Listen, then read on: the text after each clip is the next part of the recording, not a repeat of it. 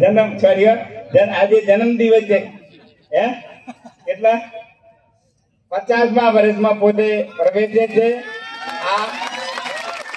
આપણે એમને ખૂબ શુભેચ્છા પાઠવીએ છીએ અને આગામી સમયની અંદર જે આપણું લક્ષ્ય છે એ લક્ષ્ય હાંસલ કરવું હોય તો સંકલ્પ કરવો પડે.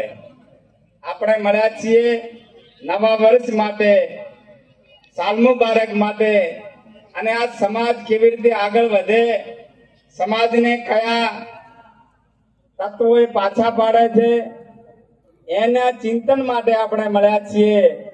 જો આપણે આપણું લક્ષ્ય કે આ સમાજ એ આગળ વધે, અમર રહે યા ન રહે, સમાજ તેરા વૈભવ અમર રહે, આ ભાવનાને જો સાકાર કરવી હોય તો સમાજના દરેક વ્યક્તિએ સંકલ્પ કરવો પડે. સંકલ્પ એટલે મક્કમ નિર્ધાર કે બીજું જે થવાનું હોય થાય, પણ આ કામ કરવું છે, સમાજને આગળ લઈ જવો છે, સમાજ સામાજિક, શૈક્ષણિક અને રાજકીય રીતે પગભર થાય એનો આપણે સંકલ્પ કરવો પડે. મિત્રો, સંકલ્પમાં એટલી તાકાત છે કે મહાત્મા ગાંધીએ સંકલ્પ કર્યો હતો કે કાગડો કે કૂતરાના મોતે મરીશ પણ આ દેશને આઝાદ કરીને જ રહીશ. તો જે અંગ્રેજોનો સૂરજ નતો આથમતો, અંગ્રેજે પણ આ દેશ છોડીને ઊભી પૂછડીએ બાંધ્યો. તો આપણે સંકલ્પ કરવો પડે કે જે સમાજની અંદર આપણે જન્મ્યા છીએ, સમાજને આગળ લઈ જવો એ આપણું કર્તવ્ય છે, આપણો ધર્મ છે, આપણી ફરજ છે. અને જ્યાં ફરજનું પાલન થાય છે ત્યાં ભગવાન હંમેશા હાજર હોય છે.